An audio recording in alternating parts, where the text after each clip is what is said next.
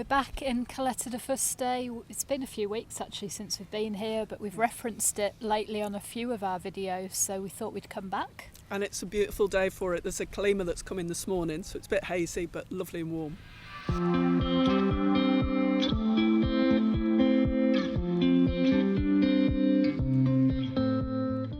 So this video, I must admit, is a little bit tricky for us in terms of getting the balance right, because if you follow me on social media, you'll know that since the beginning of the new year, we've been trying to sort of focus less on stuff that's going on with the virus and more on just giving you a bit of an escape from what's going on where you are and showing you around the island, which is what we really enjoy doing. Yeah. But at the same time, obviously, it's important for us to kind of keep you up to date as to what things are actually like here. And at the moment we've got like this traffic light system where we can change levels every week. We've risen levels as of Sunday to level 3, so there are a few more restrictions here, and we're also approaching Easter, and all of the islands have the same rules that are going to come into effect on Friday for a period of 2 weeks. So I think whilst we're walking around Caleta showing you what it's currently like, we will just briefly touch on what those restrictions mean, what it means for us, what we can and can't do, and just give you an insight really into what it's like here at the moment. I think what's important for us is you may well be reading things in the media that are a little bit distorted, so we just want to give our perspective from here.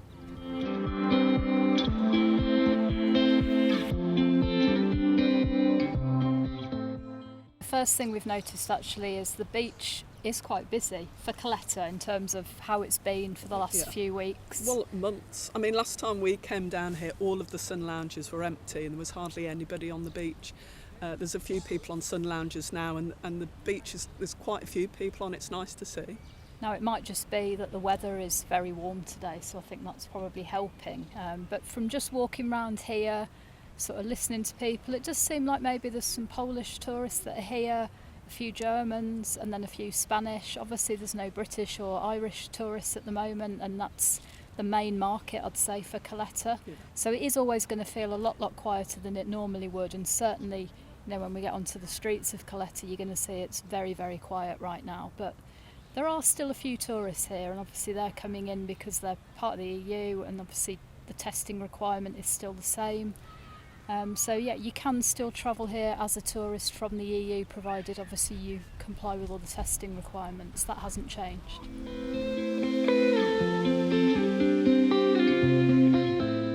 Right, so we've shown you the beach. Shall we go and see what the situation's like with the shops, bars, restaurants? Yeah. Come up to the back of the White Centre here. I think places like O'Connor's and Piero's obviously did open. They've now closed again temporarily, so until things get busier for them, I'm not sure that they'll be reopening. So yeah, Piero's have just got a sign here saying they're closed for holidays at the moment. I think it's important to say though that bars and restaurants are allowed to be open. Obviously many of them are choosing not to be because there's no tourists here, and with the current restrictions, the only restriction as such is that you have to have drinks or food outside rather than inside. There's no restrictions for shops being open. Some may be limiting capacity in terms of how many can go in at once, but when it's like this at the moment, they're not going to need to because it's very quiet. Hello. So yeah, bars and restaurants, terrace space only under level 3, which is what we entered on Sunday. So as Sarah said, you can eat and drink at a bar or a restaurant, you just have to be served and sit outside, which is not a hardship in this weather. Definitely not. You'd want to be outside anyway. Right, we've done a lot of talking, a lot of walking. I'm hungry, so we've chosen Hopscotch behind us to come and try their new brunch menu. Yeah, we've heard some good things about Hopscotch, so we're looking forward to it.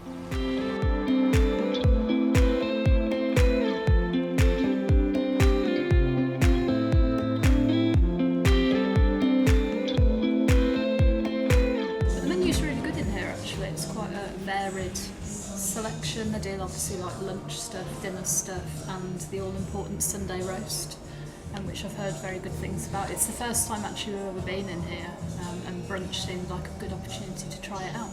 Food's arrived. Good. Presentation's very nice. Can't remember the last time I had a muffin.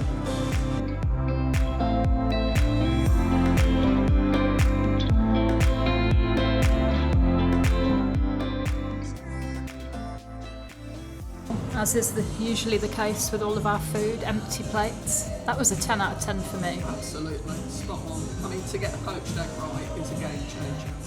I think after that we definitely need to come back and try their dinner menu or maybe even their Sunday lunch. I've not had Sunday lunch out, like a proper British Sunday lunch, have they? So it might be nice to try. Maybe we should do Battle of the Sunday Lunches, because we did say that we wanted to try the Step In. We did, yeah. So let us know if you want to see that in the comments.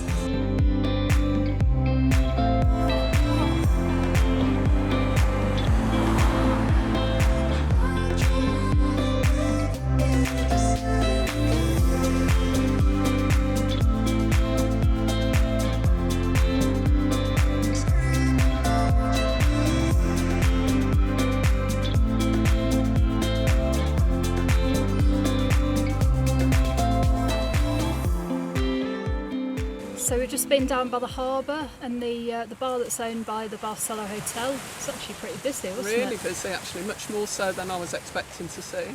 They're the largest hotel, I think, in Caleta that's remained open, so that probably explains why. I would guess a lot of people that are staying here might have chosen that one. Just on the terraces and the bars, obviously we've said they can be open and you have to eat outside. There's also a maximum of 4 people per table, and that's also the maximum group size now. But things are going to change slightly from Friday, so we touched on Easter restrictions coming in for all of the islands. I think we should probably say that numbers here have increased slightly. Obviously that's the reason we've gone to level 3, but also the number in ICU had gone up. So this time last week it was at 8, that was 7 in ICU. It's down to 5 now, so that is reducing, which is great news. But obviously on a small island there is only a certain number of ICU beds, so that is an important factor that they're looking at here. The cases are still predominantly coming from large family gatherings, so with Easter around the corner and that being a big holiday in Spain, obviously they want to try and reduce the numbers that are congregating in private homes. So for the first time we've got a regulation as to sort of meeting up with people in private spaces, which we had briefly over December for Christmas, but not to this degree.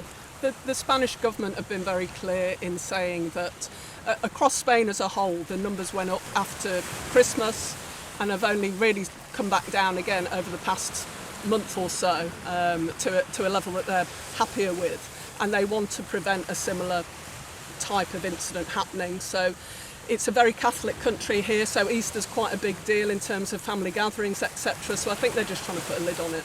So from Friday for 2 weeks, you're not allowed anybody in your house that doesn't actually live there. So friends and family can't visit you for 2 weeks. So that's quite a big shift change really in terms of the restrictions that we've seen here. And like you said, it's to stop really a spike following a busy Easter period. So we'll see if it works. Yeah, I think it's important that what you've seen in the media regarding European lockdowns, that's what they're referring to. So it's not a lockdown as such, there's just restrictions and it's for a relatively short period. I suppose other things that we might not have mentioned, the gyms are still open here. They've got a reduced capacity of 33%, but people can still go and work out and keep fit and healthy, which is good. And the cinema reopened in Caleta, I think it was last week as well, and that's going to remain open now, so that's good news too. Kids have been at school since June. Well since much. They went back in September, I guess. Yeah. So that's probably quite different here to what it's been like in the UK. But yeah, other than that, I mean, we can pretty much do what we want to do. There are curfews in the evening, and that's been the case here since Christmas. It depends which level you're in as to what time it is. So at the moment it's 10 p.m. to 6 a.m. And obviously that doesn't include essential reasons, so people going back and forth to work and things like that. It's really just a social curfew, I suppose. Yeah, and we still do have to wear masks in public places, but there are exceptions to that, as there has been all along. So if you're on the beach or if you're sunbathing, you don't need to wear a mask. If you're sat down at a bar or a restaurant having a drink or something to eat, you don't need to wear a mask once you're seated. But yeah, I mean, these are all things that I guess people want to know. People are starting to think about summer holidays again. I know in the media today there's obviously a law that looks like it's going to be passed in the UK that will make foreign travel illegal with a fine of £5,000. Really, I think, you know, we need to wait and see what the actual detail is in that, because my understanding is, although they've said that that will go up until the end of June, once they get the data that they're looking for on April the 12th, they can then make a decision, and that's going to be reviewed every 35 days. So they were originally talking about May the 17th for holidays abroad to start. Will that happen? We've got no idea. I think we just have to wait and see. Yeah, wait and see on that. But I mean, we've said this in previous videos recently. If you are thinking of coming, you know, in the next 2 to 3 months, there are still going to be some level of restrictions here. Possibly not to the degree that we've talked about today, but I can certainly see masks outside still being a thing for, you know, a few months to come yet. So I hope that gives you an idea of what it's currently like here, what these new restrictions mean. For us, day to day, we can still do what we want to do. Obviously, it's just a case of being aware of the restrictions, what they mean. Like anywhere, things change week on week here, so it's just a case of keeping tabs on it, I suppose. Yeah, and as usual, I think we're still in a much more fortunate position here than places like the UK and Ireland, which still have a number of restrictions in place, and I know they're lifting over time, so that's good news. And I know as well that a lot of you are watching the videos, there's a bit of escape from all of this. So as we said at the beginning, it was kind of a balance getting this video out. We obviously want to show an honest portrayal of what things are currently like, but we do want to give you that escape as well. So we will be back to normal programming next week. Yes. We'll take you out and about on the island, show you some new places maybe. And it's not all fun and games for us, because we now have to go and do some food shopping. We do.